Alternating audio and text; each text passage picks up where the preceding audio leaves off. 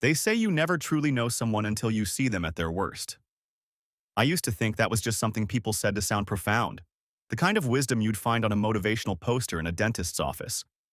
But now I understand it with a clarity that cuts deeper than any platitude ever could. My name is Tyler Bennett, and I'm about to tell you how my seemingly perfect marriage became a masterclass in deception. This isn't a story about a moment of weakness or a drunken mistake. This is about calculated choices, deliberate lies, and the systematic dismantling of everything I thought was real. It's about how someone I loved more than life itself looked me in the eye every single day while living a completely different existence behind my back. I was 34 when my world imploded. We lived in Portland, Oregon, in a craftsman-style house we'd spent 3 years renovating together. Every weekend had been another project: stripping wallpaper, refinishing hardwood floors, arguing over paint colors in that playful way couples do when they're building a life together. I worked as a senior software engineer at a mid-sized tech company, pulling in a comfortable six-figure salary. My wife, Amanda, was a marketing director at a boutique agency downtown, equally successful, equally driven. We had everything. Or so I thought. Looking back now, I can see the signs I missed. The way she'd angle her phone away when texting. The new workout routine that had her leaving the house at 5:30 in the morning 4 days a week. The sudden interest in craft cocktails and jazz music, neither of which she'd cared about in our 7 years of marriage. But hindsight is a cruel teacher, showing you all the answers after you've already failed the test. This story isn't just about infidelity. It's about what happens when the person who promised to be your partner becomes a stranger wearing a familiar face. It's about the investigation that consumed my life, the evidence that mounted like stones in my pocket, and the reckoning that followed. It's about learning that sometimes the worst betrayals come wrapped in the most ordinary moments. A late night at the office, a girl's weekend trip, a smile that doesn't quite reach the eyes anymore. I'm writing this because I need people to understand something important. When your marriage falls apart because of someone else's choices, you're allowed to be angry. You're allowed to fight back. You're allowed to make sure that actions have consequences. Society loves to preach about taking the high road, about being the bigger person, about letting karma do its work. But sometimes, you need to be karma's assistant. What follows is the truth, documented and verified, about how my marriage died and what I did about it. Every text message, every photograph, every bank statement, it all tells a story. And I made damn sure that story got told to everyone who needed to hear it. The first crack appeared on a Tuesday in March. I was working from home that day, something I did twice a week to avoid the commute and get some focused coding done. Amanda had left for work around 8, kissing me goodbye with the same casual affection we'd exchanged 1,000 times before. Nothing seemed off. Nothing felt wrong. Around 10:30, I went to grab my phone charger from Amanda's car. We'd driven to dinner the previous night in her Lexus, and I'd left the cable plugged into her charging port. Simple enough. Her car was unlocked in the driveway. We lived in a safe neighborhood where people still trusted their surroundings. I opened the passenger door and immediately saw the charger dangling from the dashboard. But as I reached for it, I noticed something else. A receipt tucked into the side pocket of the door. I almost didn't look at it. Almost. But something made me pull it out. Maybe it was the fact that it was crumpled, like someone had tried to throw it away but missed. Maybe it was the instinct that lives in the back of every person's mind, the one that knows when something's wrong even before the conscious brain catches up. The receipt was from the Heathman Hotel, one of Portland's upscale downtown establishments. Room service for 2. Champagne, oysters, filet mignon. Dated from 2 weeks ago, a Saturday when Amanda had told me she was at a marketing conference in Seattle. My hands went cold, holding that piece of paper. I stood there in the driveway for what felt like an hour, but was probably only a minute, trying to construct an innocent explanation. Maybe it was a client dinner. Maybe she'd expensed it for work and forgotten to mention it. Maybe there was a perfectly reasonable story that would make this receipt mean nothing at all. But even as I tried to convince myself, I knew. Deep in my gut, in that place where truth lives before we're ready to acknowledge it, I knew. I took the receipt inside and photographed it with my phone, then put it back exactly where I'd found it. My software engineering brain kicked into gear. The part of me trained to debug problems and trace errors to their source. If there was something wrong, I needed data. I needed evidence. I needed to know exactly what I was dealing with before I made any moves. That receipt became patient zero in my investigation. I wish I could say I confronted Amanda that night, that I demanded answers like they do in the movies. But real life doesn't work that way. The receipt sat in my pocket like a physical weight as I returned to my home office. Through the window, I could see Amanda's Lexus still parked in the driveway, the passenger door closed, everything exactly as she'd left it. The normalcy of the scene felt obscene now. The quiet street, the neighbor's cat sunning itself on a porch, the mail truck making its rounds. I sat at my desk and pulled up a blank document. Years of software development had taught me one fundamental truth. You can't fix what you don't understand. Every bug, every system failure, every catastrophic crash starts with documentation. Define the problem. Gather the data. Identify the pattern.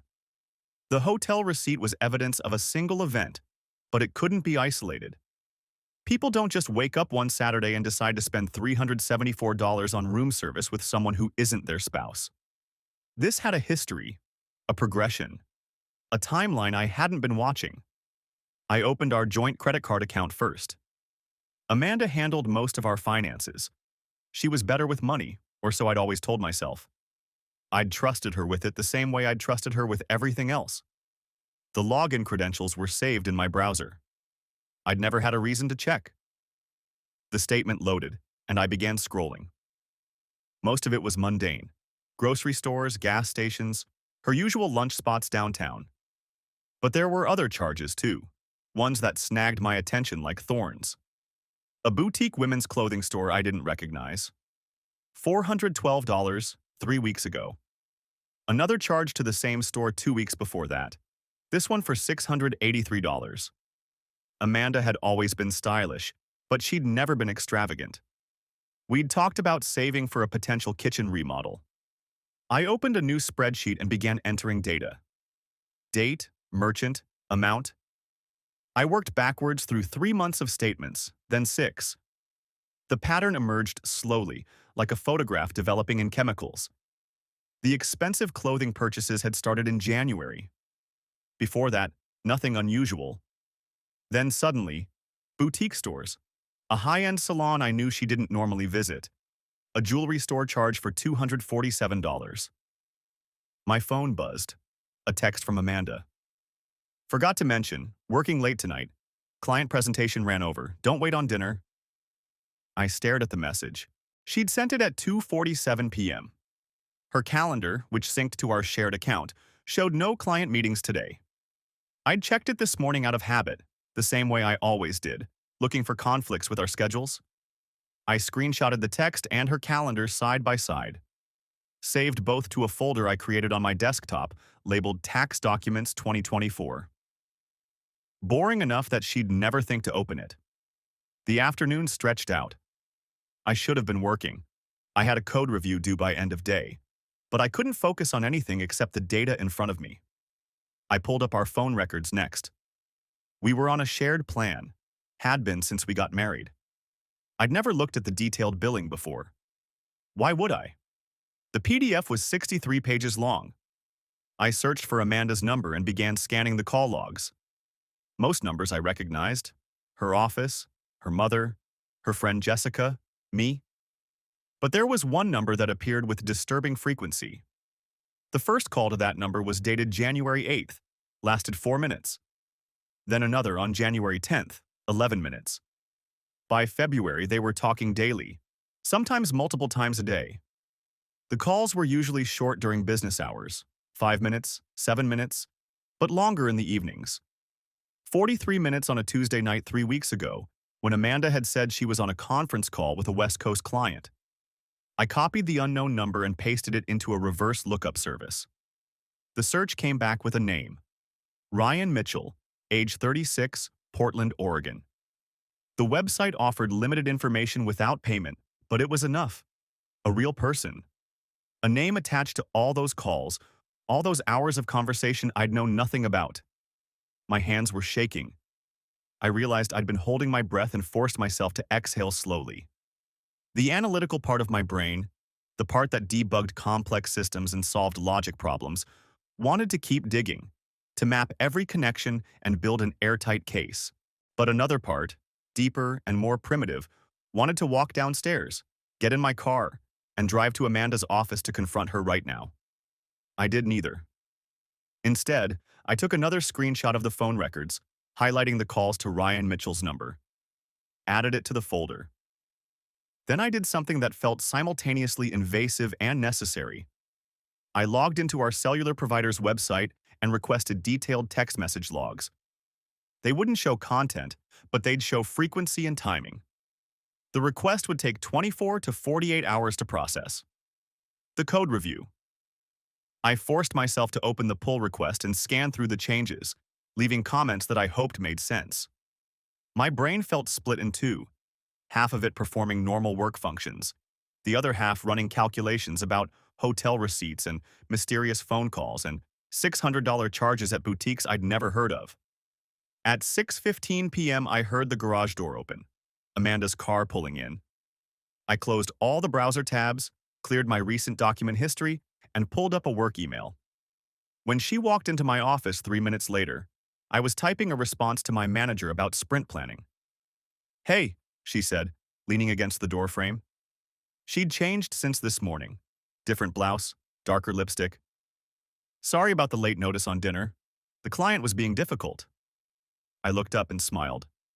It felt like moving muscles in someone else's face. "No problem. I was thinking of just ordering something anyway." "Thai? Perfect." She smiled back, and I searched her expression for signs of guilt, deception, anything that would confirm what I already knew. But she just looked like Amanda, my wife, the woman I'd spent 7 years building a life with.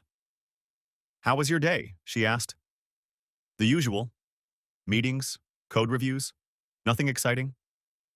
The lies came easily. I wondered how long she'd been practicing hers. She pushed off from the doorframe. "I'm going to change. Order from that place on Hawthorne we like?" "Sure." I waited until I heard her footsteps on the stairs, then pulled my phone out and opened the voice recorder app. I didn't know exactly what I was going to do with it yet, but instinct told me to be ready. Evidence wasn't just about documents and spreadsheets. Sometimes it was about catching someone in the moment when their carefully constructed story fell apart. The Thai food arrived 40 minutes later. We ate at the kitchen table, the same table where we'd had 1,000 meals before. Amanda talked about her day, the difficult client, a new campaign concept, office politics I'd heard about before. I made appropriate responses, asked follow-up questions, played the role of attentive husband. All the while I was thinking about Ryan Mitchell, about hotel rooms and champagne and $400 dresses, about the woman sitting across from me, casually lying through her teeth about where she'd been and what she'd been doing. I was thinking about what came next. The voice recorder app sat open on my phone, the red waveform pulsing gently as it captured every sound. I'd positioned the device face down beside my water glass, angled so the microphone pointed toward Amanda's seat. The screen timeout was disabled. Battery at 94%. "How was your day?" I asked, cutting into the salmon I'd prepared. Pan-seared, lemon butter sauce. One of her favorites. Amanda smiled, the expression reaching her eyes in that practiced way I'd stopped believing 3 days ago. "Exhausting. The Bergman account is consuming everything right now. Derek had me revising deck after deck." Derek, her boss. A name I'd verified through LinkedIn. 52, married, 3 kids. Not Ryan Mitchell. "Sounds rough," I said. "It is." She took a sip of the Pinot Grigio I'd poured. "But we're close to landing them. Should know by next week." The Bergman account existed. I'd checked. Her company's website listed it among their current pitches. The lie was woven through with just enough truth to make it plausible. That's what made it effective. The details that could be verified if anyone bothered to look. I'd bothered to look. "That's great," I said. "The commission on something like that must be significant." "It would be." She speared a piece of asparagus. "Assuming we close it." We ate in companionable silence for a moment. 7 years of marriage had made us comfortable with quiet. Or maybe it had made us comfortable with not really talking. Hard to say which. My phone buzzed against the table. Amanda glanced at it, then back to her plate. No reaction, no tension. She'd become very good at this. I picked up the phone, keeping my expression neutral as I read the notification. A text from my brother Jason. Blazers game this weekend? Jason wants to know if I'm free Saturday, I said. You should go, Amanda said immediately. You haven't seen him in weeks. Saturday. The day her calendar showed blocked off from noon to 8 p.m. with no notation. The day that, if the pattern held, she'd spend with Ryan Mitchell. Maybe, I said. What are your plans? Oh, I'll probably just catch up on errands. Maybe finally return those shoes from Nordstrom. The shoes she'd bought 2 weeks ago. The ones that cost $340 according to our credit card statement. The ones still in their box in her closet, tags attached. Sounds good, I said. My phone buzzed again. This time, Amanda's eyes flicked to it with something sharper than casual interest. I picked it up, angling the screen away from her. A gesture I'd learned from watching her. The notification was from my email. A message from my personal account with the subject line, Voice message from Amanda Bennett. I'd set this up carefully. The cloud backup of her phone messages, the automated forwarding, the specific trigger for messages sent to Ryan Mitchell's number. It had taken me 40 minutes to configure yesterday while she was in the shower. Work stuff, I said, setting the phone back down.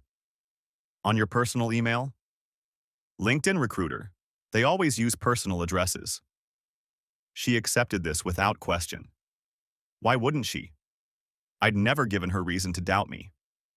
I waited until she'd taken another bite of salmon, until her wine glass was raised halfway to her lips. Then I picked up my phone and opened the email. The voice message was attached as an audio file. 43 seconds long.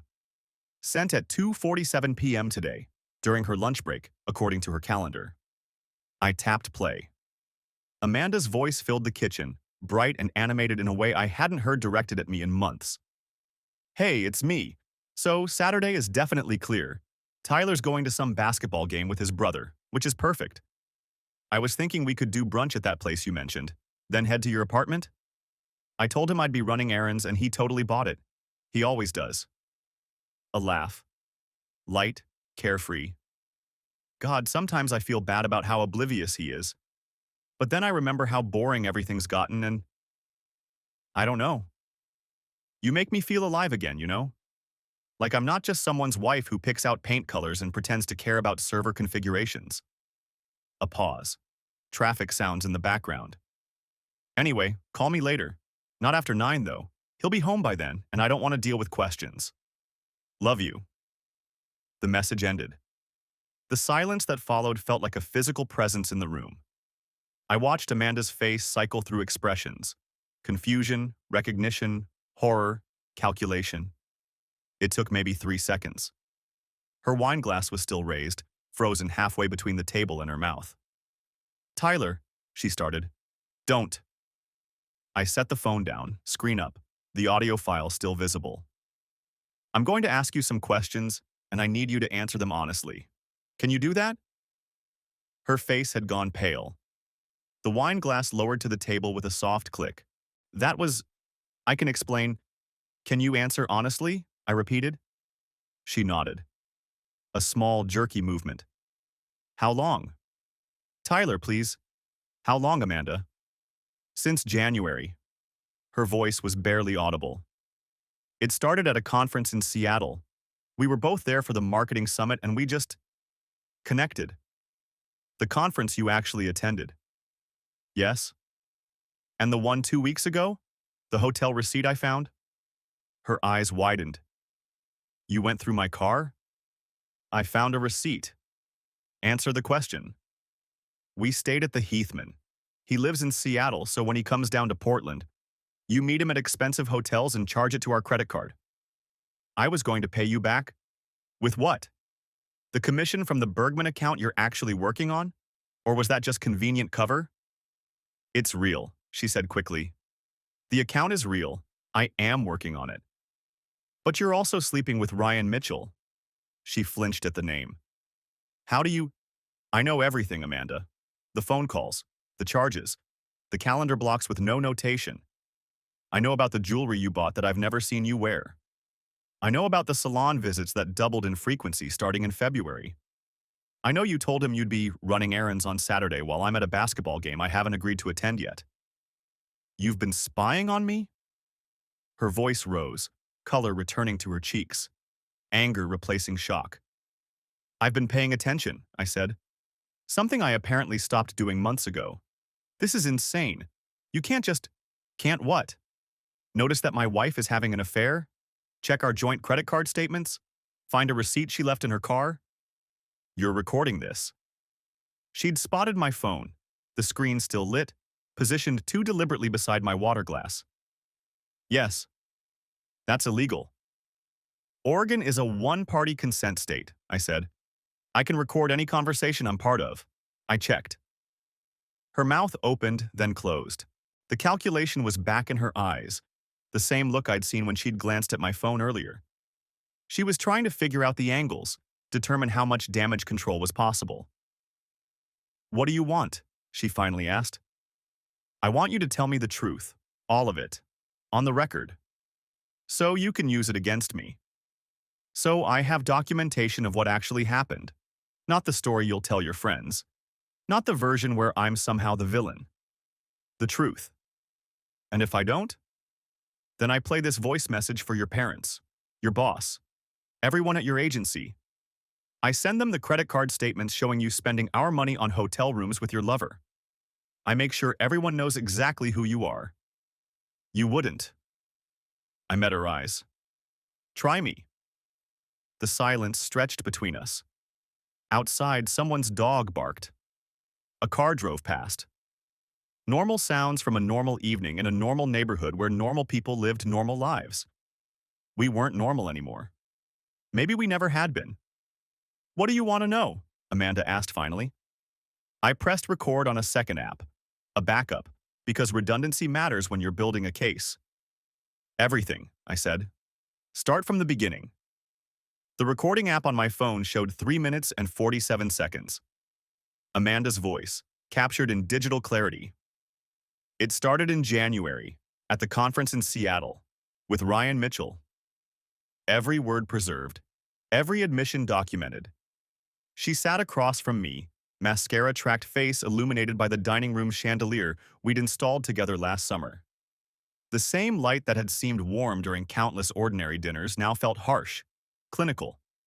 Perfect for what came next. Keep going, I said. My thumb hovered over the red recording icon, still active. Tyler, please. Everything, on the record.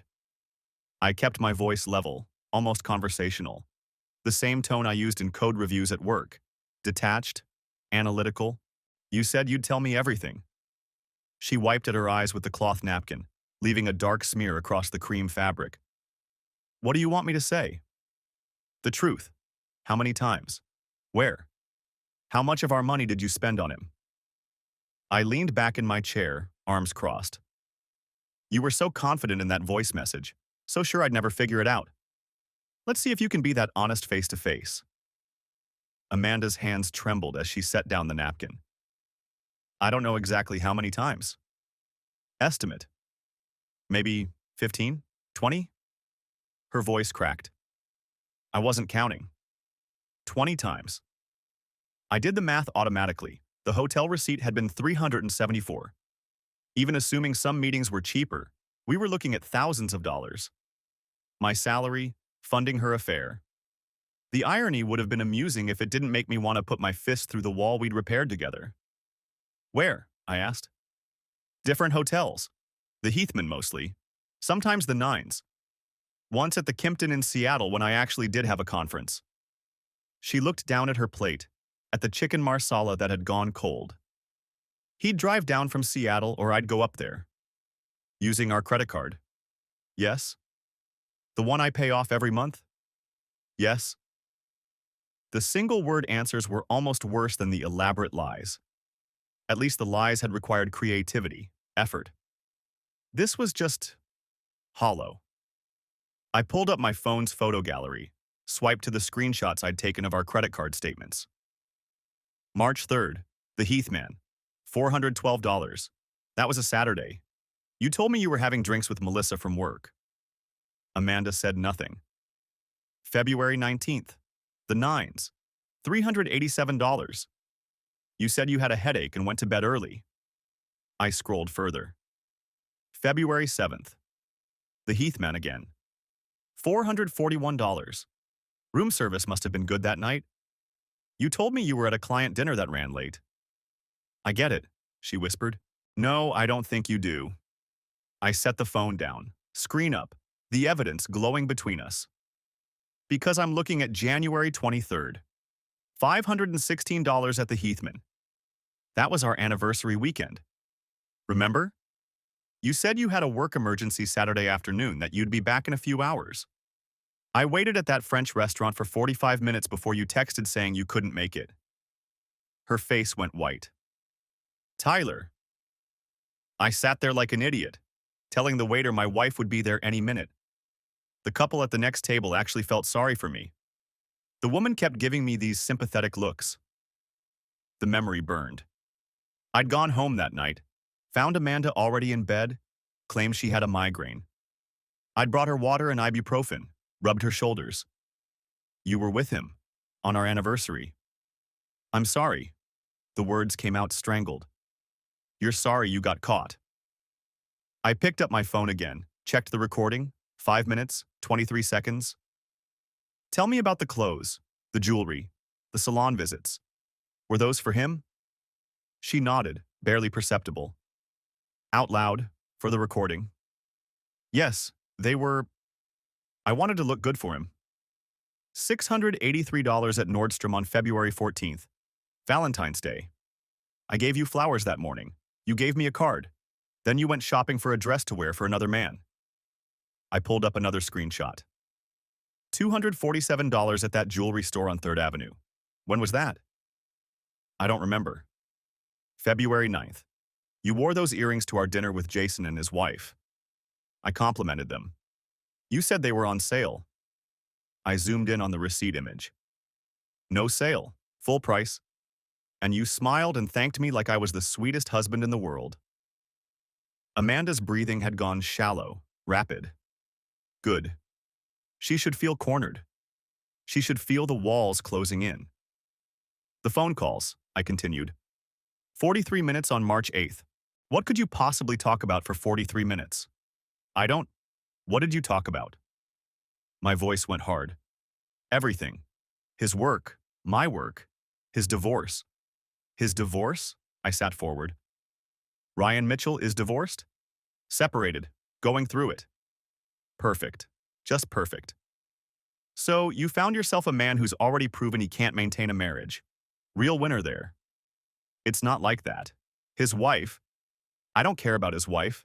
I cut her off. I care that you've been conducting a full-blown relationship behind my back. 43-minute phone calls aren't just about sex. That's emotional affair territory.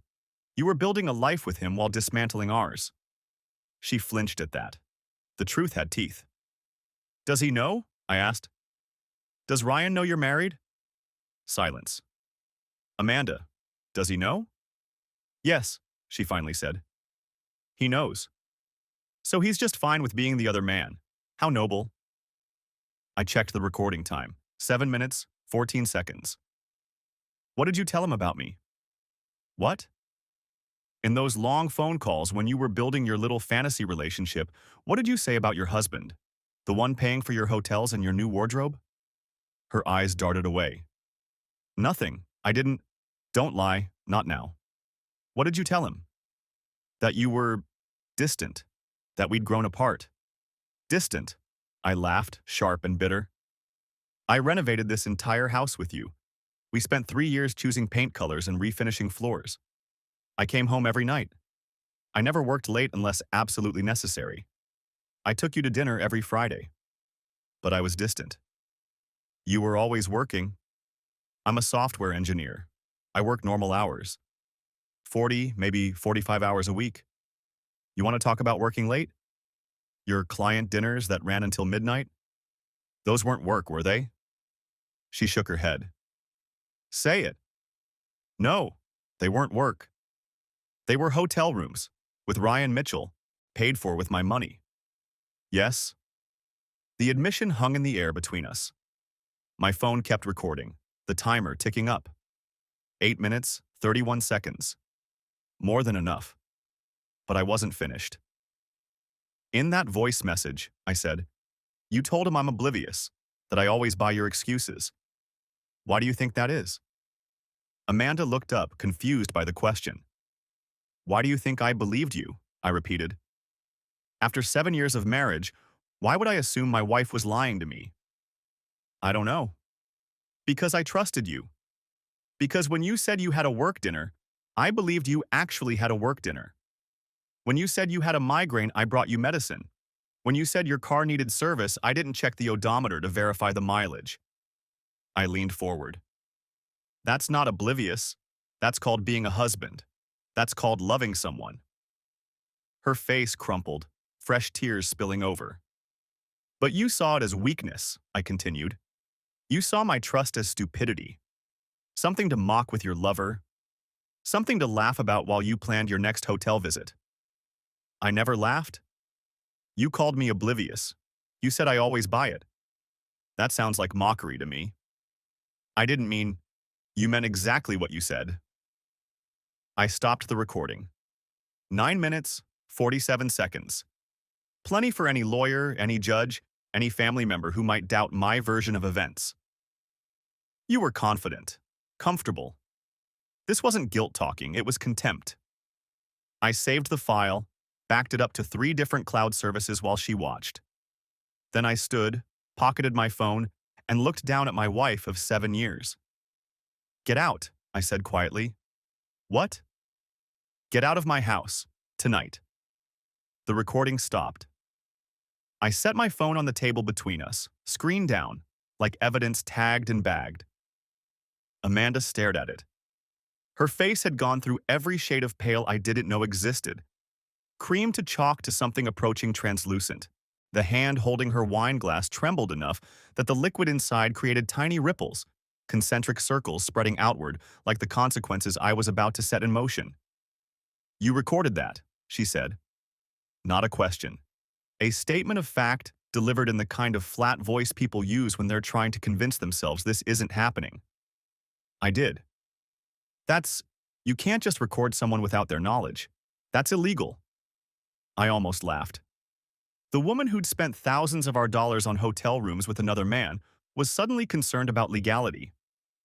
Oregon's a one-party consent state. I only need one person's permission to record a conversation. I gave myself permission.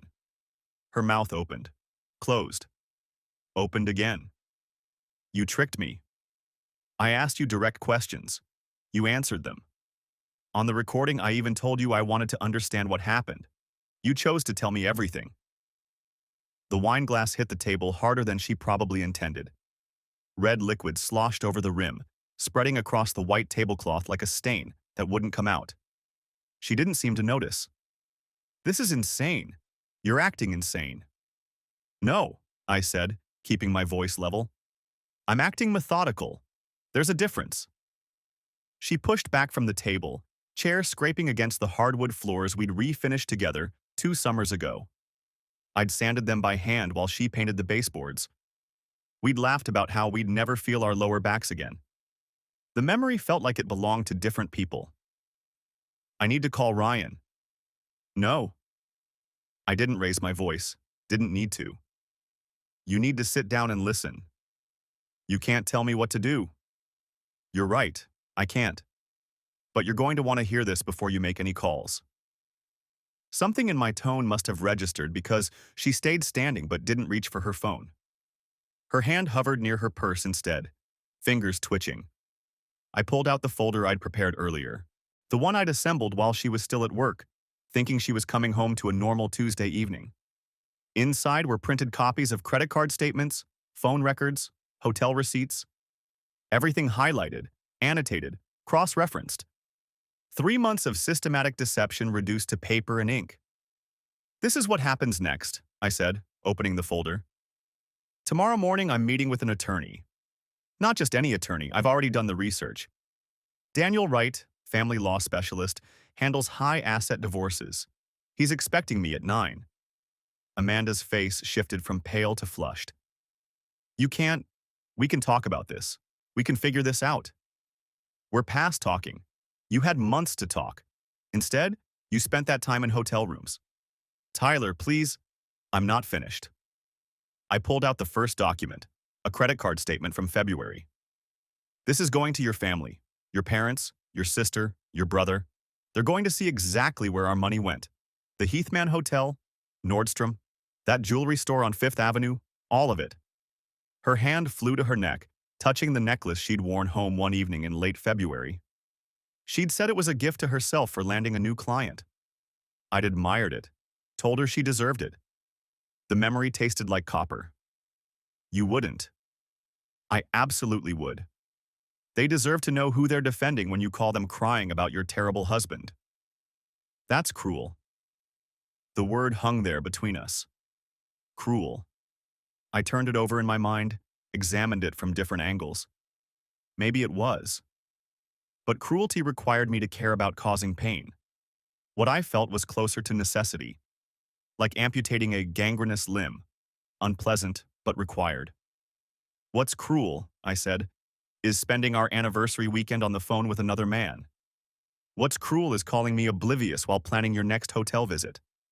What's cruel is turning our marriage into a joke you shared with your lover. She flinched, actually flinched, like I'd raised a hand to her. I never meant, yes, you did. That's what the recording proves. You meant all of it. You planned it, executed it, and enjoyed it. The only thing you didn't mean was for me to find out. I pulled out another document. This is also going to your employer. Professional conduct clause in your contract. I looked it up. Using company resources for personal affairs, lying about business trips, potential misuse of client entertainment budgets. Your boss is going to have questions. You can't destroy my career over this. I'm not destroying anything. I'm just providing information. What they do with it is their choice. I paused. Kind of like what you did with our marriage. Your choice, your consequences. Amanda grabbed the back of the chair, knuckles white against the dark wood. What do you want? Money? The house? Just tell me what you want and we can… I want you to understand something. I closed the folder, aligned the edges until they were perfectly straight. For months, you made me feel crazy. I'd notice something off and you'd explain it away. I'd feel suspicious and tell myself I was being paranoid. You turned my own mind against me, made me doubt my own perceptions. I didn't. You did. Systematically. Every lie, every deflection, every time you called me paranoid or controlling when I asked a simple question. You weren't just cheating. You were dismantling my ability to trust my own judgment. Her eyes were wet now, tears tracking mascara down her cheeks. Once upon a time, those tears would have moved me, would have made me want to fix whatever was wrong, make everything okay again. Now they just looked like another manipulation, another tool in a kit I'd finally learned to recognize. I'm sorry, she whispered. I'm so sorry. I never wanted to hurt you. But you did hurt me, and you'd have kept hurting me if I hadn't found that receipt. I stood up, pushed my chair in with deliberate care. The difference between wanting something and doing something is just intention. You intended all of this. What happens now? Now you pack a bag. Not everything. Just enough for a few days. You're going to stay somewhere else while I figure out the next steps. This is my house too. And we'll sort out who gets what in the divorce. But tonight, you leave. She looked around the dining room like she was seeing it for the first time. The light fixture we'd picked out together, the built-in cabinets I'd restored, the window seat where she'd read on Sunday mornings while I made breakfast. Where am I supposed to go? I genuinely don't care. Hotel, friend's place, Ryan's apartment in Seattle. I picked up my phone, slipped it into my pocket. But you're not staying here. And if I refuse? Then I start making phone calls tonight instead of tomorrow. Your choice. She stood there for what felt like an hour, but was probably closer to 30 seconds. Then she walked toward the stairs, each step heavy and deliberate. I heard her in the bedroom above me, drawers opening and closing, the closet door sliding on its track. I stayed in the dining room, looking at the table we'd picked out at an estate sale in Southeast Portland. We'd haggled the price down, loaded it into a borrowed truck, carried it up the front steps together. I'd refinished it over a long weekend while she painted the chairs. We'd been a team then. Or I'd thought we were. Amanda came back down 15 minutes later with a rolling suitcase and her laptop bag. Her face was blotchy, makeup ruined, hair pulled back in a messy knot. She looked smaller somehow. Diminished. She stopped at the front door, hand on the knob. I really am sorry. I know you are. You're sorry you got caught. That's not fair. No, I agreed. It's not. But it's accurate. She opened her mouth like she wanted to say something else, then seemed to think better of it. The door closed behind her with a soft click. Not a slam. Almost worse. The quiet acceptance of someone who knew they'd lost. I heard her car start in the driveway, heard it back out, drive away, the sound fading into the ambient noise of the neighborhood. Then I was alone in the house we'd built together. Alone with my documentation and my recordings and my carefully planned next steps. I picked up my phone and opened my email. The message to Daniel Wright's office was already drafted, just waiting for me to hit send. Appointment confirmation for 9 a.m. Initial consultation for dissolution of marriage. My finger hovered over the button. Then I pressed it. The house felt different after she left. Not emptier. That would come later, I suspected. But charged somehow, like the air before a thunderstorm. I stood in the kitchen for a long time after her Lexus pulled away, listening to the silence settle into the spaces she'd occupied just minutes before. It was 9:47 p.m. on a Tuesday. In less than 12 hours, I'd be sitting across from Gregory Walsh, the divorce attorney whose office occupied the 7th floor of a downtown building I'd walked past 100 times without ever imagining I'd need to enter. I'd made the appointment 3 days ago, right after I'd discovered the hotel receipt. Even then, some part of me had been preparing for this moment. I walked through the house, turning off lights Amanda had left on. The living room lamp, the bathroom light upstairs. Small acts of carelessness that I'd always cleaned up after without thinking. How many times had I followed her through these rooms, switching off what she'd left burning? Thousands, probably. Tens of thousands over 7 years. The recording device sat on the dining room table where I'd left it, a small black rectangle no bigger than a deck of cards. I picked it up, felt its weight in my palm. The entire confession lived inside this thing. Every admission, every detail about Ryan Mitchell, every casual dismissal of our marriage. I'd already uploaded it to 3 separate cloud storage accounts and emailed encrypted copies to myself at 2 different addresses. Paranoid? Maybe.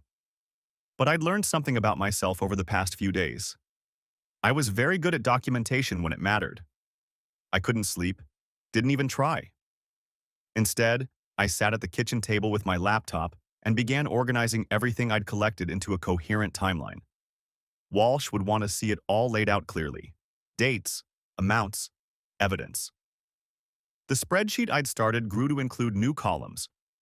Witnesses who could verify Amanda's lies about her whereabouts. Credit card transactions cross-referenced with her claimed business trips. Phone records showing calls to Ryan that coincided with times she'd told me she was working late. At 2:30 a.m., I found myself looking at our joint checking account. Amanda hadn't touched it since leaving. The balance sat there, unchanged. $43,147.52. Our savings account held another $89,000. I took screenshots of both, then went through our investment accounts, the mortgage details, the title to her car that we'd paid off 2 years ago. Everything was joint.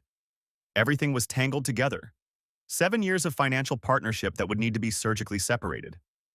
The house alone represented 3 years of renovation work, maybe $150,000 in improvements beyond the purchase price. I'd done most of the labor myself, nights and weekends, stripping wallpaper and refinishing floors, while Amanda picked out paint colors and cabinet hardware. My phone buzzed at 3:15 a.m. Amanda. Please, can we talk about this? I made a terrible mistake, but we can fix this. 7 years, Tyler. Please. I stared at the message for a full minute, then took a screenshot and added it to a folder labeled Post-Confrontation Contact. I didn't respond. Another message came through 10 minutes later. I'm staying at Jennifer's. I need to get some clothes tomorrow. What time will you be gone? Jennifer Reeves, her college roommate, married to a dentist, lived in a renovated Victorian in the Alphabet District. Of course she'd go there. Jennifer had always treated me with a kind of polite distance, like I was a piece of furniture Amanda had chosen that she wouldn't have picked herself. I typed back, I leave for work at 8. Be gone by the time I return at 6. Professional? Transactional? The way you'd communicate with a stranger who needed temporary access to your property. The response came immediately. Thank you. I'm so sorry, Tyler. I know you don't believe me, but I am. I didn't screenshot that one. Just turned off my phone and went back to my spreadsheet. Gregory Walsh's office looked exactly like I'd expected. Dark wood furniture, diplomas on the wall, a view of the Willamette River that probably added 15% to his hourly rate. He was younger than I'd anticipated, maybe 45, with the kind of precise grooming that suggested he paid attention to details. Mr. Bennett. He shook my hand with the firm grip of someone who'd calculated the exact pressure that conveyed confidence without aggression. Please, sit. I'd brought everything on a tablet, easier to navigate than printed documents, and I could share files instantly if needed. Walsh listened without interrupting as I walked him through the discovery, the investigation, the confrontation.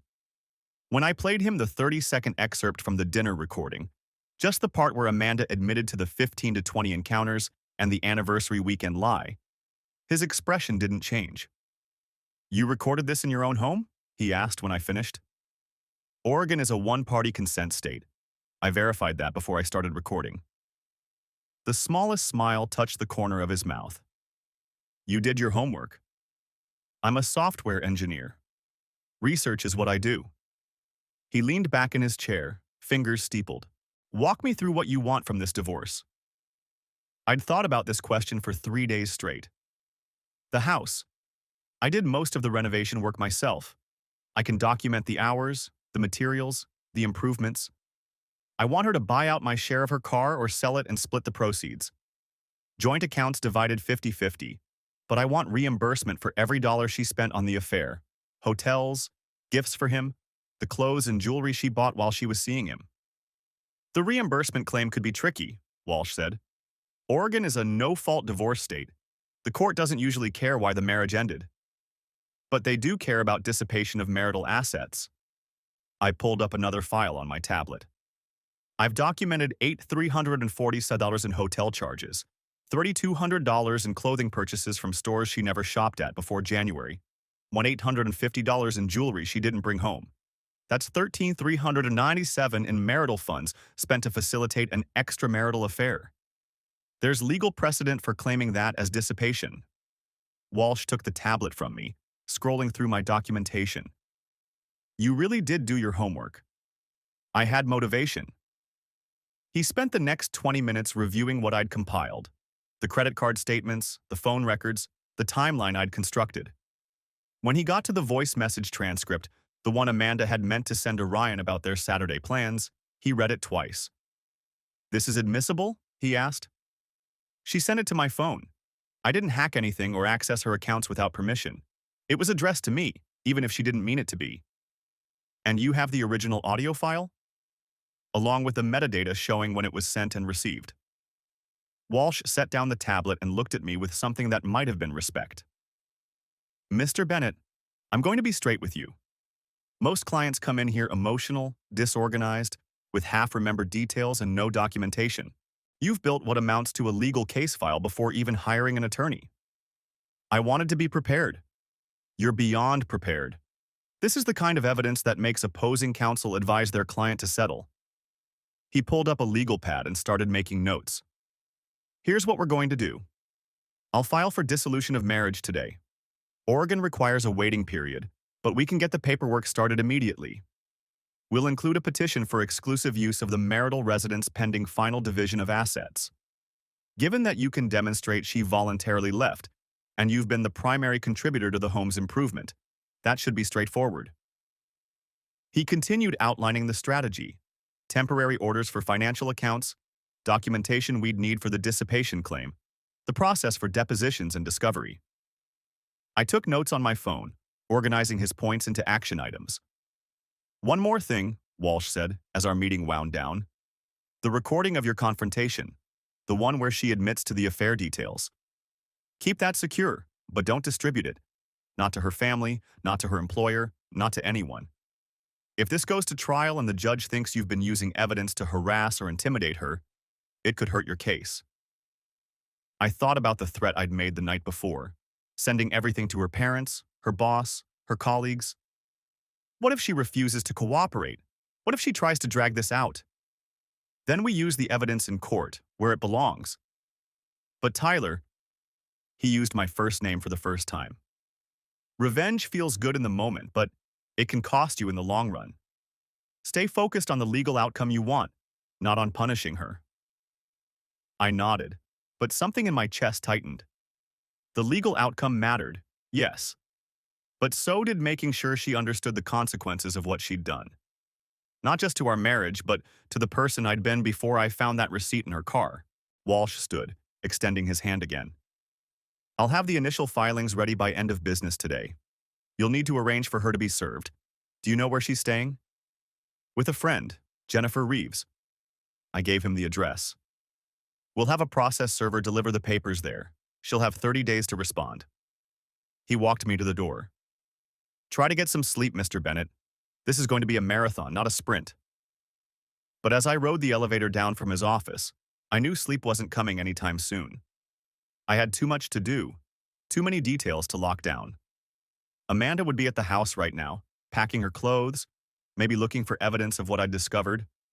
I'd installed security cameras 2 days ago, small ones, hidden in the smoke detectors and bookshelf. She wouldn't find them. And when I reviewed the footage tonight, I'd know exactly what she'd taken, what she'd looked for, whether she'd tried to access my computer or files. Trust but verify, people said. But I was done with the trust part. Now it was just verify, document, and prepare. The footage from the security cameras sat on my laptop, waiting. I'd watched it once already. Amanda's return to the house 3 days after I'd ordered her out. Her movements through our home captured in high-definition clarity from angles she'd never suspect. The bedroom camera hidden in the smoke detector. The living room feed from the bookshelf. The kitchen angle from the top of the refrigerator. I'd watched her pack, watched her cry, watched her make phone calls I couldn't hear but could read in her body language. The hand gestures, the pacing, the way she kept touching her face. And I'd watched her do something I hadn't expected. She'd gone through my office, not casually. Not the way someone might glance around a familiar room. She'd searched.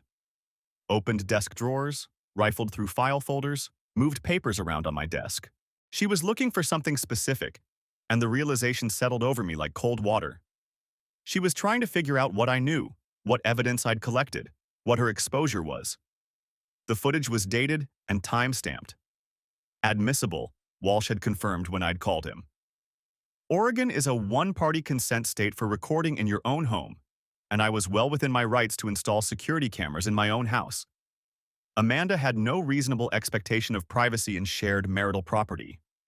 I saved 3 separate copies, one on an encrypted external drive, one on cloud storage, one on a thumb drive I kept in my wallet.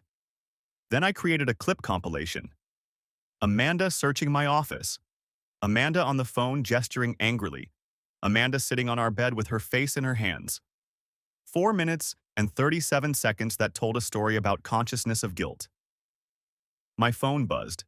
A text from an unknown number. We need to talk. This doesn't have to be ugly. A. I stared at the message. She'd gotten a new number, or she was texting from someone else's phone. Either way, she was reaching out, trying to establish contact on her terms. The old Tyler, the one from 4 weeks ago, would have responded immediately. Would have wanted to talk, to understand, to find some path through the wreckage that didn't involve lawyers and court filings. The current Tyler knew better. I forwarded the message to Walsh without responding. Let it become part of the record. Let her attempts at contact be documented, time-stamped, preserved. Everything was evidence now. Everything mattered. My phone rang 10 minutes later. Walsh. She's retained counsel, he said without preamble. Diane Foster. Good attorney, aggressive, expensive. We received a call this afternoon requesting a settlement conference before the response deadline. That was fast. Your wife is smart enough to know what she's facing. Foster probably took one look at the evidence and advised immediate damage control. They want to negotiate. I leaned back in my desk chair, looking around the office Amanda had searched 3 days ago. What are they offering? We don't know yet. The conference is scheduled for next Tuesday at Foster's office. You'll need to be there, but you'll let me do the talking. This is a feeling out session. They want to see if you're willing to deal, and what it would take. And if I'm not? Walsh was quiet for a moment. Then we proceed to litigation, discovery, depositions, potentially a trial. It'll be expensive, time-consuming, and everything will become part of the public record. Every hotel receipt, every text message, every detail of the affair will be filed with the court and accessible to anyone who wants to look. Good. Tyler. His voice carried a warning. I need you to think carefully about what you want here.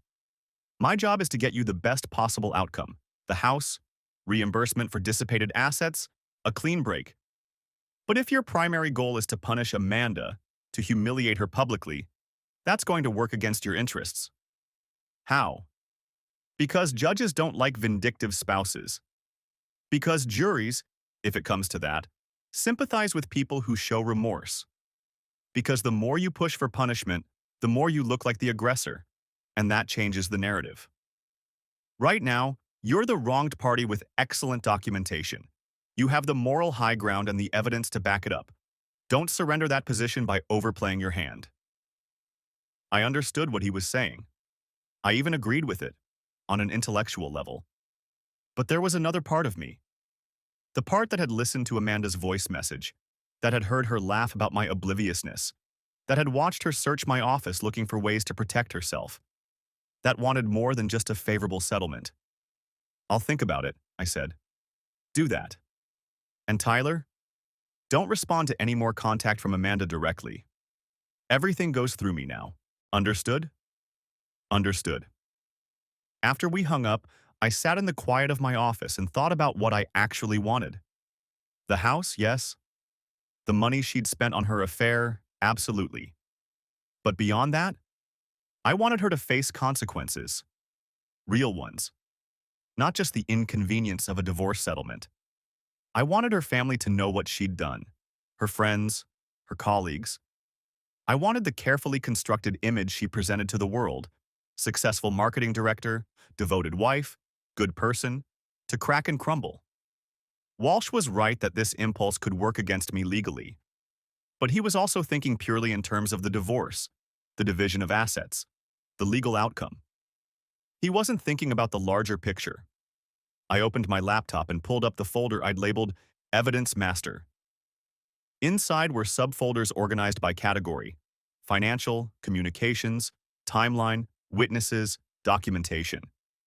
Hundreds of files, thousands of pages, months of deception reduced to data points and exhibits. And then there was the subfolder I hadn't mentioned to Walsh, the one labeled Collateral. Inside were files I'd compiled on Ryan Mitchell, his LinkedIn profile, saved before he could make it private, his Facebook page, screenshots taken before he adjusted his privacy settings, his business information. He owned a consulting firm in Seattle, small but apparently successful.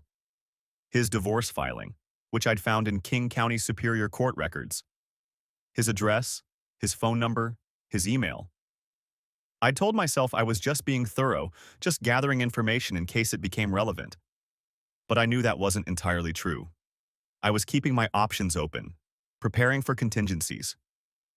My phone buzzed again. Another text from the unknown number.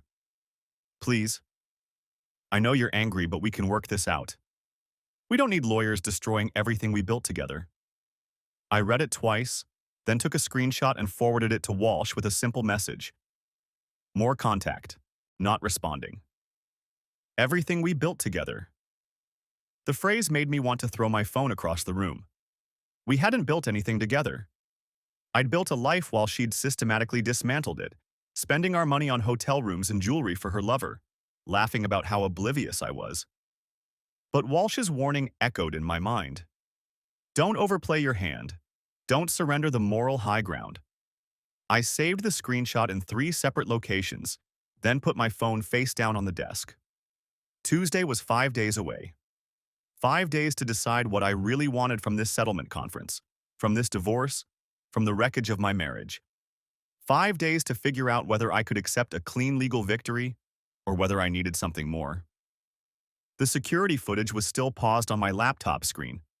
Amanda frozen mid-search through my desk drawers, her face intent and focused. Looking for evidence.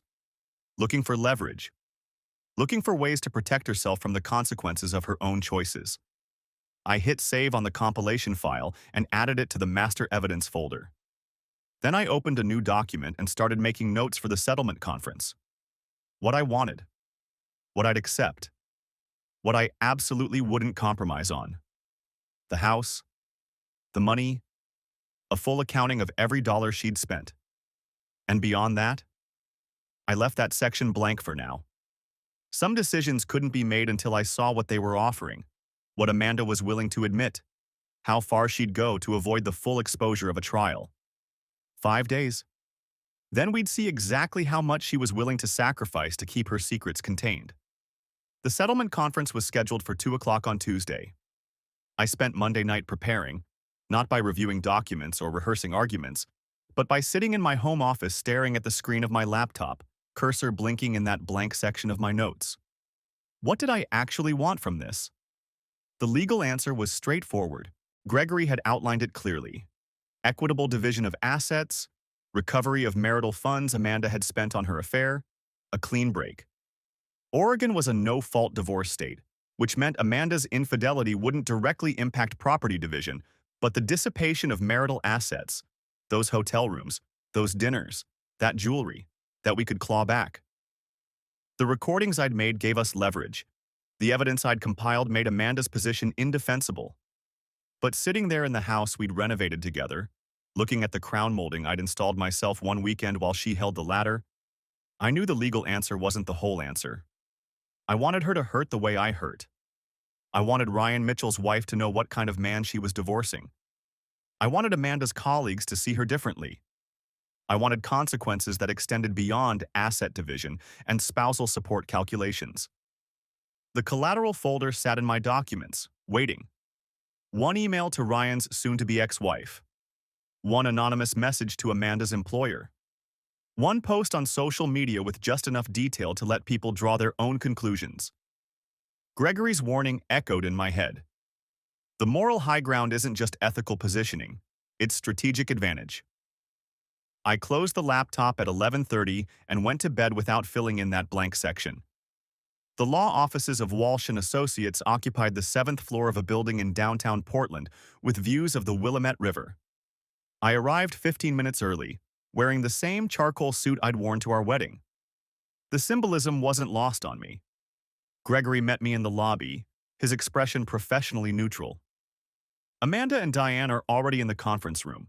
Before we go in, I need to confirm, are you prepared to settle today if the terms are reasonable?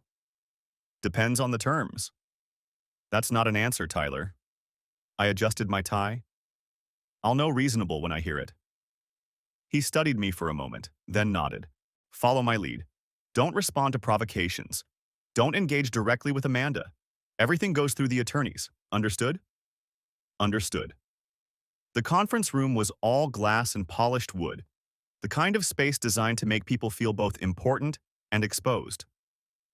Amanda sat on the far side of the table next to Diane Foster, a woman in her 50s with steel gray hair and the expression of someone who'd heard every story and believed none of them. Amanda looked smaller than I remembered. She'd lost weight, not in a healthy way, but in the way people do when stress replaces meals.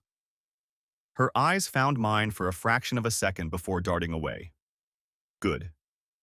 Gentlemen, Diane said, standing to shake hands with the practiced efficiency of someone who'd rather skip the pleasantries. Shall we begin? We sat. Gregory placed a leather portfolio on the table but didn't open it. The message was clear. Everything we needed was already in our heads. Diane slid a document across the table. We've prepared a settlement proposal that we believe addresses the core issues fairly and expeditiously. Gregory scanned it without touching it, then slid it to me. I read through the bullet points. Equal division of all marital assets including the house. Amanda waives spousal support. Each party retains their own retirement accounts. Joint debts divided equally. Neither party to disparage the other publicly or privately. The last point was underlined. This is a starting position? Gregory asked. This is our position, Diane said. Mrs. Bennett is prepared to walk away from this marriage cleanly, with both parties able to move forward with their lives intact. Mrs. Bennett walked away from this marriage the first time she checked into a hotel room with another man, I said. Gregory's hand moved slightly, a warning. I ignored it. What my client means, Gregory said smoothly, is that this proposal doesn't address the dissipation of marital assets. We have documentation showing Mrs. Bennett spent over $13,000 of marital funds on an extramarital affair. That money needs to be repaid before we discuss equal division of anything. Diane didn't blink. We dispute both the amount and the characterization. Mrs. Bennett made personal purchases with money she earned. In a community property state, Oregon uses equitable distribution, not community property, Gregory interrupted. And personal purchases funded by joint accounts during an affair constitute dissipation. We have receipts. We have credit card statements. We have hotel records. What you have, Diane said, her voice hardening, is a fishing expedition designed to humiliate my client. What you don't have is any legal grounds to claim those expenditures weren't made in the normal course of the marriage. The normal course of marriage doesn't include weekend getaways with a boyfriend in Seattle. This came from me again. Gregory's jaw tightened. Amanda spoke for the first time, her voice barely above a whisper. Tyler, please. Mrs. Bennett, Gregory said firmly, please direct all comments through your attorney. My client, Diane said, is willing to reimburse $5,000 to account for any disputed expenditures. In exchange, Mr. Bennett agrees to the non-disparagement clause and the deletion of all recordings made without Mrs. Bennett's knowledge or consent. The recordings. Of course, that's what this was really about. Those recordings were made in my own home, I said. In Oregon, one-party consent is legal for recording conversations you're part of. The dinner recording, perhaps, Diane conceded. But we have reason to believe there may be other recordings. Surveillance footage, perhaps. Security cameras installed without my client's knowledge in what was, at the time, her marital home. I felt Gregory's attention sharpen beside me. We hadn't discussed the security cameras in detail.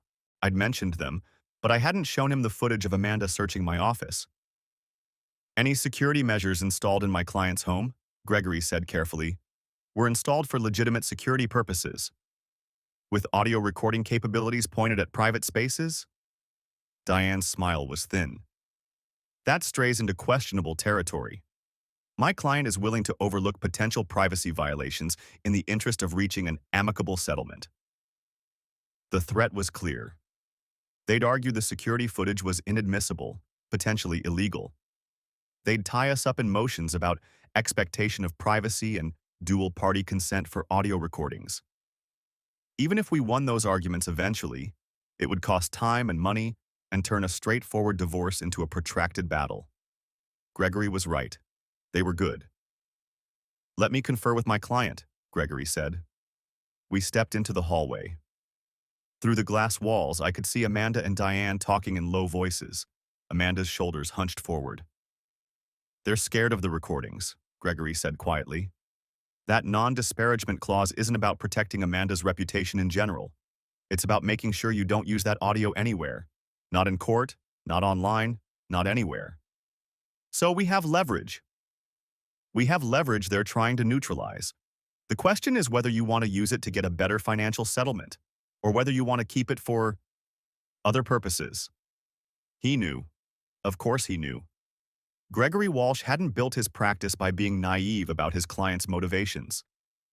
If I agree to delete the recordings and sign the non-disparagement clause, I said slowly, what do we get? More money. Probably the full 13,000, maybe more. A better split on the house, 70-30 instead of 50-50. Possibly her retirement account too, if we push hard enough. And if I don't agree? Then we go to trial. Discovery, depositions, testimony. Everything becomes public record. The recordings get entered as evidence. Amanda's affair gets documented in court filings that anyone can access. Ryan Mitchell's name appears in legal documents. But we might lose the security footage. We might. Depends on the judge's interpretation of privacy law. It's a risk. I looked through the glass at Amanda, who was wiping her eyes with a tissue Diane had provided. 7 years of marriage. 3 years of renovating a house together. Hundreds of small moments of casual affection that I'd thought meant something. All of it reduced to negotiating points and legal leverage. What would you do? I asked. Gregory met my eyes. I'd take the money and the moral high ground. I'd let her know she got away with something, but it cost her. Then I'd move on with my life. That's not what you'd do, I said. That's what you'd advise me to do. He almost smiled. Fair enough. What I'd do is probably why I'm divorced twice. What I'm advising you to do is win this thing cleanly and walk away. I nodded slowly. The blank section in my notes was still blank, but the cursor had stopped blinking. Let's go back in, I said. I want to hear them sweat a little more first. The reckoning. The settlement conference stretched into its third hour. Diane Foster had progressed from confident to irritated to something approaching concerned. Amanda had stopped making eye contact entirely, her gaze fixed on the polished conference table like she could divine answers in the wood grain. Gregory had pushed them systematically, methodically. The 13,000 became 18 when we included the salon visits and the gym membership Amanda had purchased in February, the one at the boutique fitness studio downtown where, according to her Instagram posts I'd archived, she'd never actually worked out. The house split moved from 50-50 to 60-40 in my favor when Gregory pointed out the detailed renovation logs I'd kept, complete with receipts and photographic documentation of every improvement I'd personally completed. But the recordings remained the sticking point. My client will agree to delete all audio and video recordings, Gregory said finally, in exchange for the following. Full reimbursement of $22,000 for dissipated marital assets, a 70-30 split on the house in Mr. Bennett's favor, and Mrs. Bennett's entire retirement account. Diane's expression could have etched glass. That's unconscionable. You're asking for everything. We're asking for compensation proportional to the betrayal, Gregory replied calmly. The alternative is proceeding to trial, where all of this becomes public record. I assume Mrs. Bennett would prefer her employer not receive subpoenaed documentation about hotel visits that coincided with claimed business trips? Amanda's head came up sharply. I saw the moment she understood, not just what we were asking for, but what we were capable of doing if she refused. We need a moment, Diane said tightly. They left the conference room.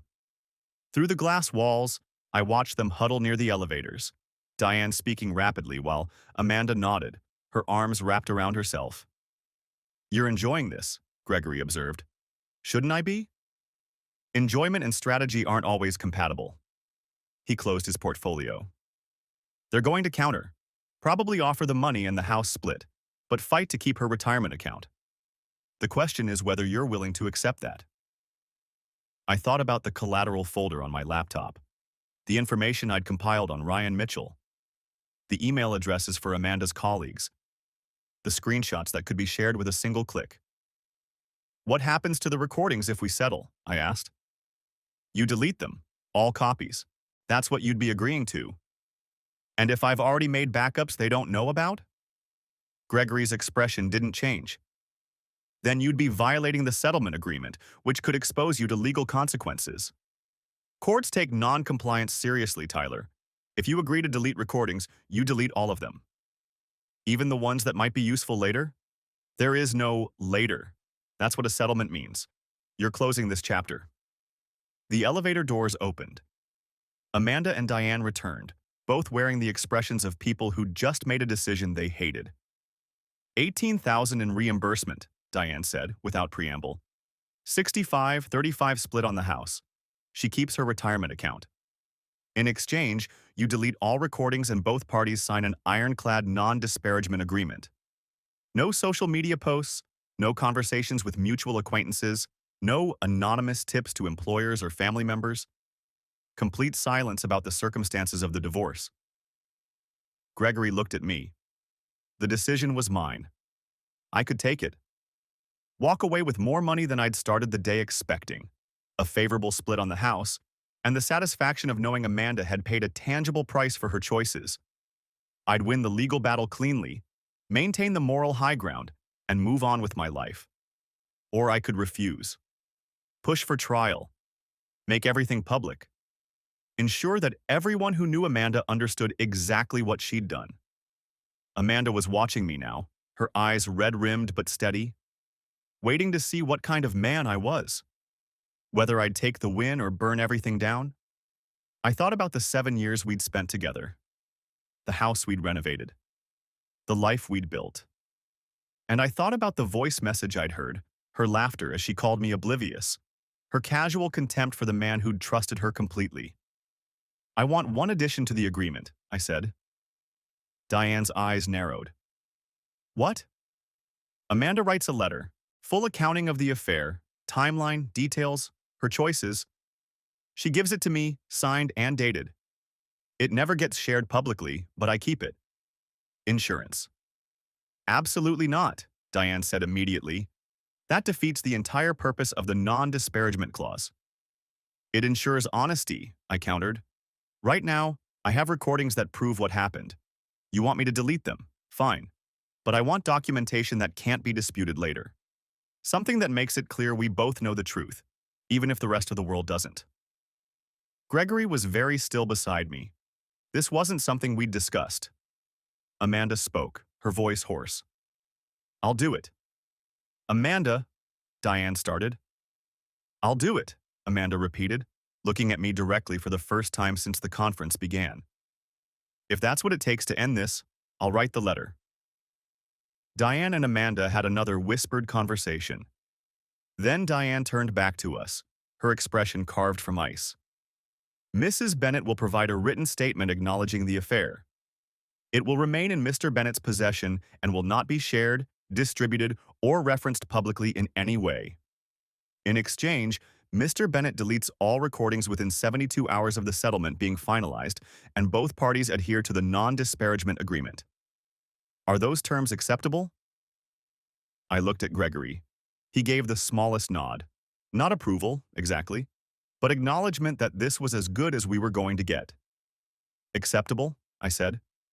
The letter arrived 4 days later, delivered by courier to my office. Amanda's handwriting on cream-colored stationery. 4 pages of careful script detailing everything I already knew and some things I hadn't wanted confirmed. The affair had started in January at a marketing conference in Seattle. Ryan Mitchell had been a keynote speaker. They'd talked at the hotel bar, exchanged numbers, started texting. The first time they'd slept together was 2 weeks later, at the Heathman, on a Saturday afternoon when I'd been at a coding workshop. She'd told herself it was just physical at first, a mistake she'd correct. But then it became regular. Then it became something she looked forward to. Then it became something she needed. She wrote about the lies she'd told, the late work nights that were actually hotel visits, the girls' weekends that were trips to Seattle, the anniversary Saturday she'd spent with him instead of me. She wrote about the money she'd spent, the gifts she'd bought him, the future she'd imagined where somehow she could have both lives. And she wrote about getting caught, about the voice message she'd meant to send to Ryan but had accidentally sent to me, about the moment she'd realized I knew everything, about searching my office, looking for evidence, trying to understand the scope of what I'd discovered. The last paragraph was the only part that felt genuine. I know you'll never forgive me. I know I destroyed something that can't be repaired. I don't expect your understanding or your sympathy. I just need you to know that I'm sorry, not for getting caught, but for becoming someone who could do this to another person, especially to you. You deserved better than what I gave you. I hope someday you find someone who understands that. I read it 3 times, then put it in a fireproof safe in my office closet next to my passport and the title to the house. The recordings, as agreed, I deleted. All of them. The dinner confrontation, the security footage, the voice message. I went through every cloud backup, every external drive, every hidden folder. It took 6 hours to verify that every copy was gone. When I was finished, the only evidence that remained was Amanda's letter and my own memory. The divorce was finalized on a Thursday in late October, 6 months after I'd found the receipt in Amanda's car. We didn't attend the hearing. Our attorneys handled the formalities while we signed papers in separate offices across town from each other. I got the house, the money, the satisfaction of knowing she'd paid a quantifiable price. She got her freedom and her secrets, mostly intact. The non-disparagement agreement meant I couldn't tell her family the real reason for the divorce. Couldn't post about it on social media. Couldn't share the truth with our mutual friends. As far as the world knew, we'd simply grown apart. An amicable split. These things happen. Only Amanda and I knew the real story. And Ryan Mitchell, presumably, though I never contacted him. Never sent the email I'd drafted to his ex-wife. Never made the anonymous call to Amanda's employer. I'd won the legal battle. Gregory had been right about that. But some nights, sitting in the house I'd renovated, I wondered if I'd won the war or just accepted terms of surrender. A year later, I was having coffee with my brother Jason when he asked the question I'd been avoiding. Do you regret it? The way you handled everything? I thought about the recordings I'd deleted, the collateral folder I'd eventually purged from my laptop, the letter in my safe that no one would ever read. I regret marrying someone who could lie to me for 6 months, I said. The rest? I did what I needed to do. That's not an answer. It's the only answer I have. Jason nodded slowly. He'd been through his own divorce 3 years earlier. Different circumstances, but the same fundamental dissolution of trust. You know what I learned? He said. Winning the divorce doesn't mean you won. It just means it's over. He was right, though I didn't want to admit it. I'd gotten everything I'd asked for in the settlement. I'd documented every betrayal, recovered every dollar, secured every advantage. I'd played the game perfectly, but I was still alone in a house full of renovations we'd completed together, still sleeping in a bed we'd picked out at an estate sale, still living in the shadow of what I'd lost. 2 years after the divorce, I sold the house. I'd told myself I was keeping it out of principle. I'd earned it, I'd renovated it, it was mine by right. But the truth was simpler and harder. Every room held ghosts. The kitchen where I'd confronted Amanda. The office she'd searched, looking for evidence. The bedroom where she'd pretended to have migraines while planning her next hotel visit. I sold it to a young couple who loved the craftsman details and the renovated hardwood floors. They walked through it holding hands, pointing out features they'd preserve and spaces they'd make their own. They reminded me of who Amanda and I had been 7 years earlier, before everything turned to ash. I didn't tell them the history. They didn't need to know. With the proceeds, I bought a modern condo downtown with floor-to-ceiling windows and zero history. Clean lines, neutral colors. Nothing that reminded me of what I'd built and lost. I dated occasionally. Met women through work, through friends, through apps that promised to find your perfect match through algorithms and swipe patterns. Some of them were interesting. Some of them were kind. None of them got past the wall I'd built where trust used to live. You're guarded, one woman told me after our 4th date. She was a graphic designer named Rachel, smart and funny, and probably too good for me. It's like you're waiting for me to reveal some terrible secret. She wasn't wrong. I'd learned the hard way that people could look you in the eye and lie with practiced ease, could share your bed and your life while building something separate and secret, could promise forever and mean only until something better came along. I didn't see Rachel again after that night. 3 years after the divorce, I ran into Amanda at a coffee shop in the Pearl District. She was with someone, a man about our age, his hand resting casually on the small of her back as they waited in line. Not Ryan Mitchell, someone new, or maybe someone old. I had no way of knowing. She saw me at the same moment I saw her.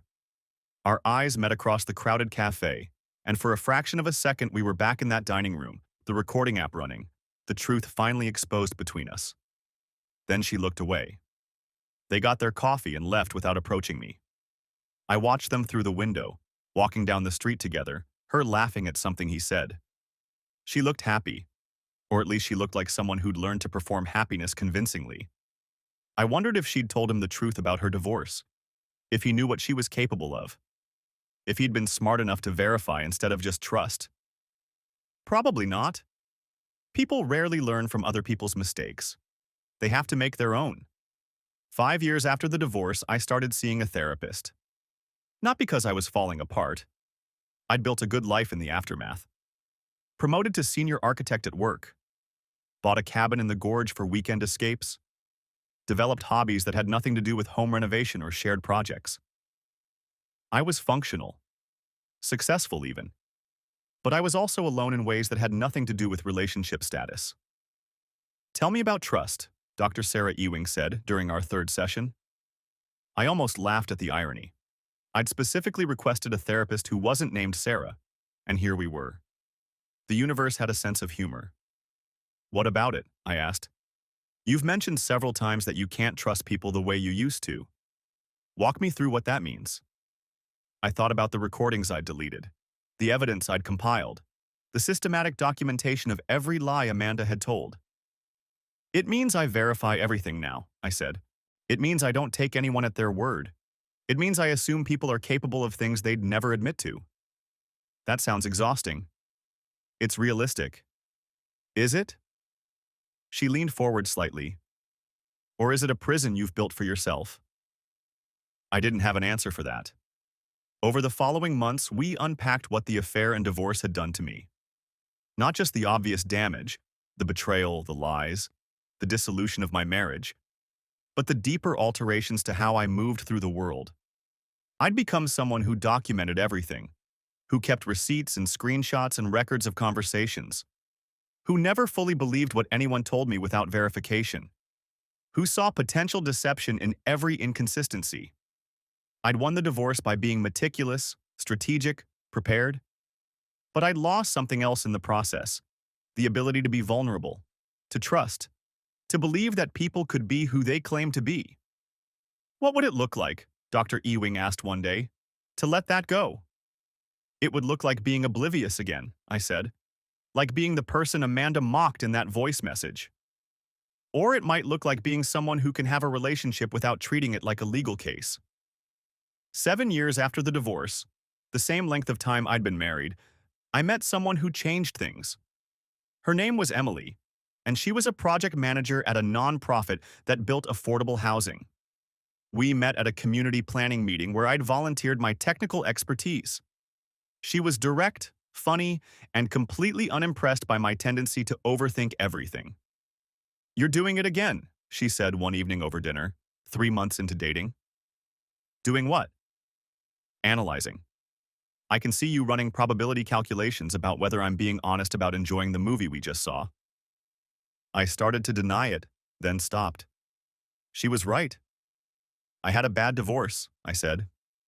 "I know. You've mentioned it approximately 47 times." She smiled to soften the observation. "What you haven't mentioned is whether you're planning to stay divorced from life indefinitely, or if there's a chance you might actually show up for this." "I'm here, aren't I? Physically, emotionally, you're still in that dining room with your recording app running, documenting evidence." The accuracy of it stung. "That's not fair." "No," she agreed, "but it's true." We sat in silence for a moment. The restaurant hummed with conversation around us. Other couples, other lives, other people who'd probably been hurt and had somehow found ways to risk it again. "I don't know how to do this differently," I admitted finally. "I don't know how to trust without verification, how to believe without proof." "Then don't," Emily said simply. "Verify if you need to. Check if it makes you feel safer. But at some point, Tyler, you have to decide if you're going to let what happened to you define what happens next." 8 years after the divorce, I opened the safe in my closet and took out Amanda's letter. I hadn't read it since the day it arrived. Hadn't needed to. I'd memorized every word, Every admission, every carefully crafted apology that wasn't quite an apology. I read it one last time, then fed it into the shredder in my home office. The letter became confetti, cream-colored strips that bore no resemblance to the document they'd been. I watched it pile up in the shredder basket, thinking about evidence and documentation and the weight of carrying proof. Gregory Walsh had been right about one thing. Winning the divorce hadn't meant I'd won. It just meant it was over. But maybe over was enough. Maybe the point wasn't to win or lose, but to survive and eventually build something new from the wreckage. I threw away the shredded letter and closed the safe. Empty now, except for my passport and some old tax documents. No more insurance against being hurt. No more proof of what had been done to me. Just space for whatever came next.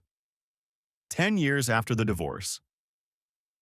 Emily and I got married on a Saturday in June, in a small ceremony at the cabin in the gorge. No elaborate renovations to plan. No years of building towards something that could be destroyed. Just two people who'd both been hurt before, choosing to risk it again anyway.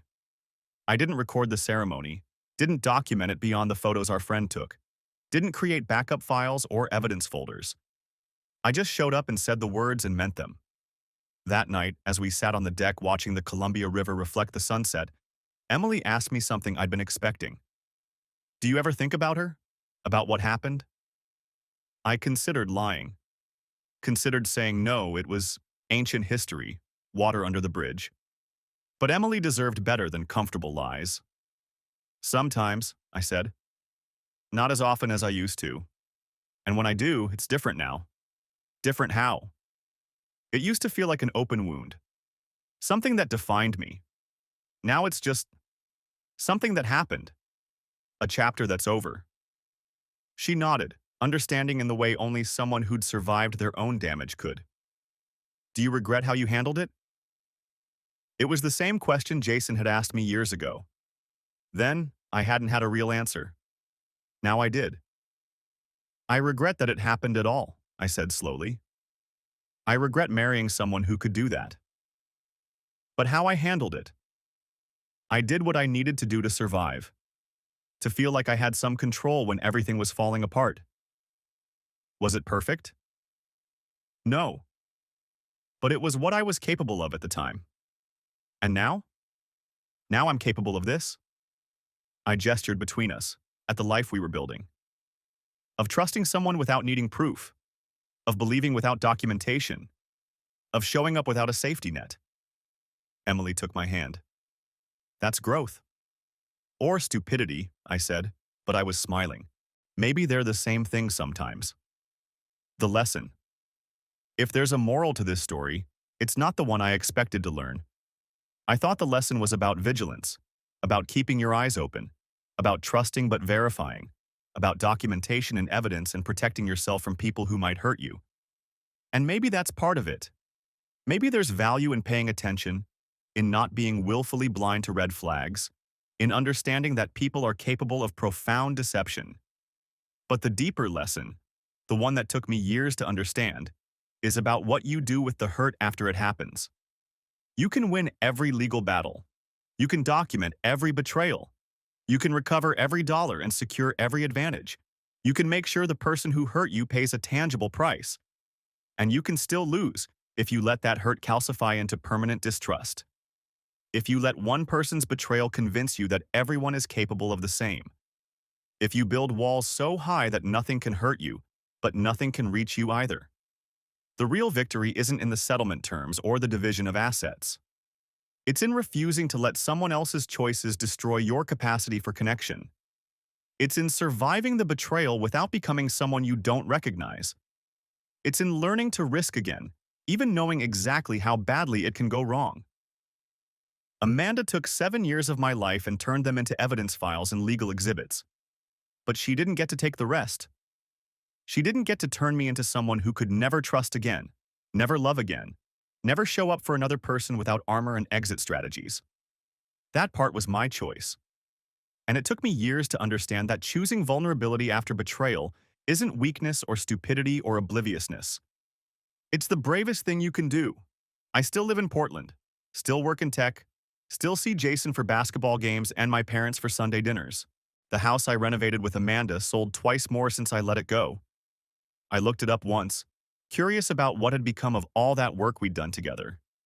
Someone painted over the carefully chosen colors, replaced the light fixtures we'd agonized over, modernized the kitchen we'd restored to period authenticity. And that was okay. It was never really about the house anyway. Sometimes I wonder what happened to Amanda. Whether she married the man I saw her with at the coffee shop, or someone else, or no one. Whether she learned from what happened, or whether she's still out there making the same choices with different people. Mostly, though, I don't wonder. Her story isn't mine to know anymore. Mine is here, in this life I've built from the ruins of the old one. With Emily and the work we do and the future we're creating together. With trust that's been earned slowly, carefully, but genuinely. With love that doesn't require documentation or proof. Just presence, just choice, just showing up every day and meaning it. That's the ending I didn't know I was looking for when this all started. Not revenge or vindication or perfect justice, just the chance to try again, wiser and scarred but still capable of hope. And in the end, that's the only victory that actually matters.